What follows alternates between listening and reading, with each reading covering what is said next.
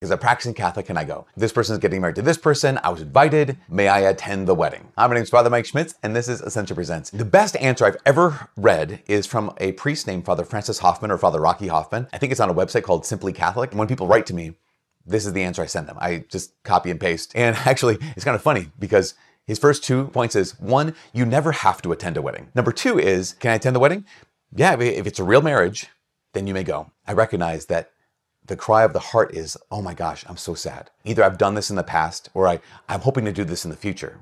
To attend a wedding where it's like, actually, you can't go to one of these. I understand that that could be an incredible, incredible burden on one's heart, especially when it comes to, oh, these relationships could be destroyed. Like if I don't go to this wedding, I will no longer have a relationship with this person. If I don't go to my sister's wedding, I will no longer have a relationship with her. If I don't go to whoever the person is, my child's wedding, I will no longer have a relationship with that person. Now, keep these 2 or 3 things in mind. Number 1, I really strongly believe that if someone wants to have a relationship with you, that relationship is bigger than one day. If someone wants to have a relationship with you, that they're asking you to respect their decisions, they're asking you to respect their choices. And you get to ask, in a real relationship, you get to ask, okay, I do respect your choices. I respect your decisions. I'm also asking you to respect my choices and my decisions. If I can respect the fact that you don't believe the same thing as me, I hope that you could respect the fact that I don't believe the same thing as you. Relationship is a 2-way street. And so I'm going to honor you and respect you, even though we don't believe the same thing. I'm asking that you honor and respect me.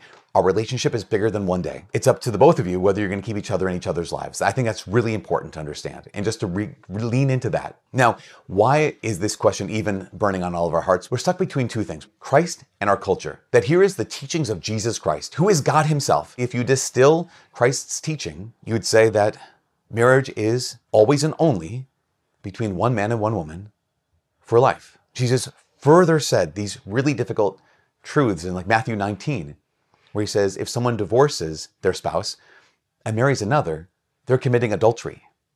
So that second marriage, quote unquote marriage, is actually adultery. So that being said, may I attend a Catholic wedding in a Catholic church? The answer is yes. You can always go to a Catholic wedding in a Catholic church. Okay, easy one. Number 2, a Catholic wedding in a non-Catholic setting.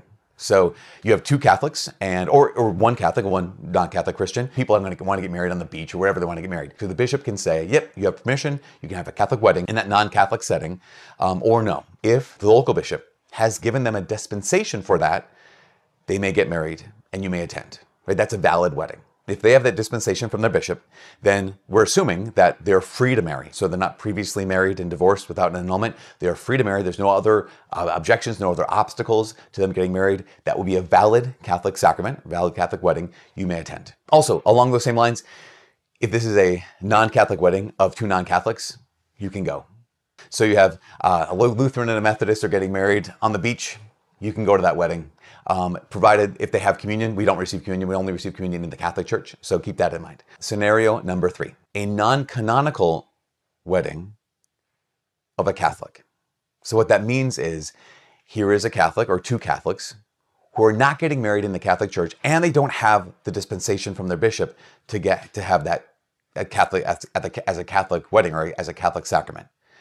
Now, can I go to that wedding? You could go to that wedding because the couple either doesn't care, they're nominally Catholic, right? Maybe they were just baptized and received some sacraments, but they don't practice the faith anymore and they don't really consider themselves Catholic. And so they're like, why would we get married in the Catholic Church? I remember really having a really tough time wrestling with this one back in the day. Like when I first got ordained, I thought like, no, absolutely not. You wouldn't go to that thing.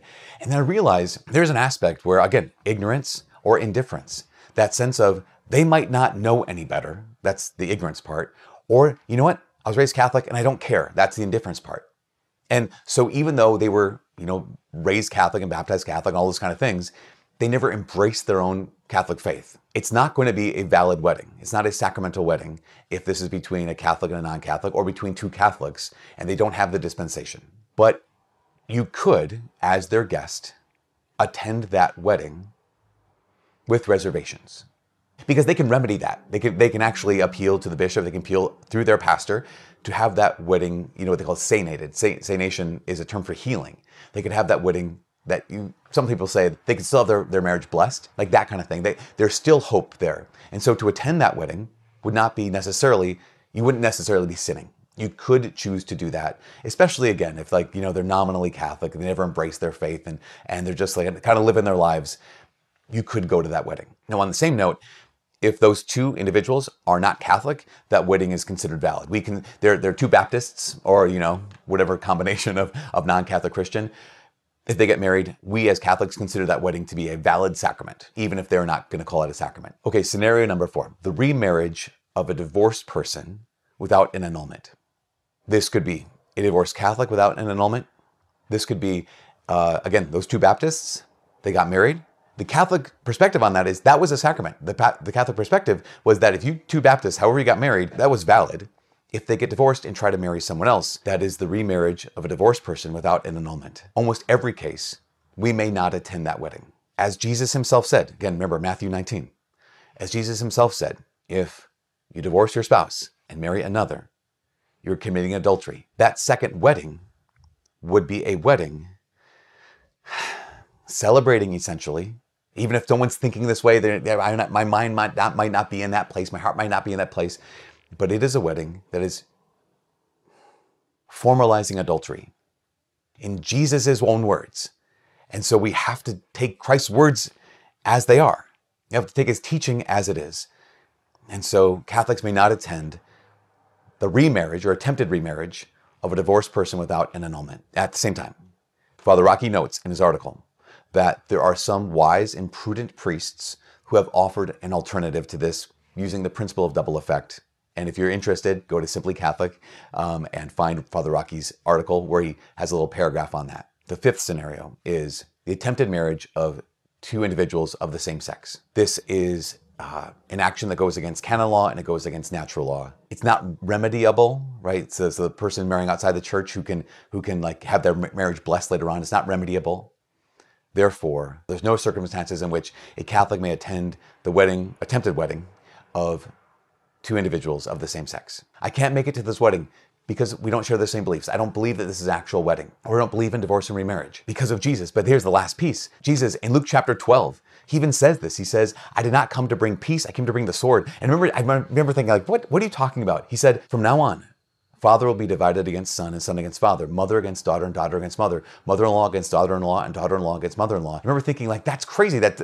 We live in like, a Christian culture. That doesn't happen anymore. And then I realized here in the post-Christian culture, that happens all of the time. It's one of the reasons why Jesus had said, if you love father or mother more than me, you cannot be my disciple. You could also expand that. If you love brother or sister more than me, you can't be my disciple. If you love your children more than me, you can't be my disciple. And in some of these cases, I'm going to choose my child over Jesus. Okay, what's that mean? I can't be a disciple of Jesus. In some of these cases, I'm going to choose my sister or brother over Jesus. In that case, this is the hard word of Jesus. He's like, okay, you're not being my disciple in this moment. Or choose my parents over Jesus. We're not being his disciple. Our choices matter. And so we've gotten the invitation. Will I go? Hopefully after this video, you know whether or not you are permitted to go. And whether after this video, you know that if I go, I'm actually conspiring, condoning evil. It's a really hard word. Jesus said, if you want to be my disciple, deny yourself, pick up your cross and follow me. And so that's what we're doing today.